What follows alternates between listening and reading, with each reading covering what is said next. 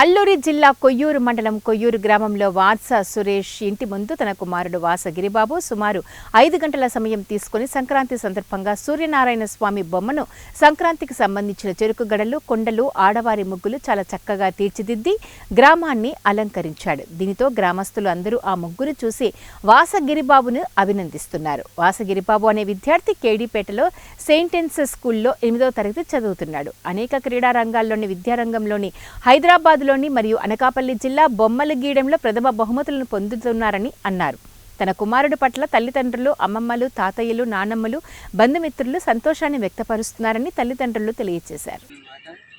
పక్కన గంగిరెద్దు ఇవన్నీ వేసాను, కిందన కొండ, చెరుకు మొక్కలు, అక్కడ సంక్రాంతికి సంబంధించి కొంచెం రాశాను.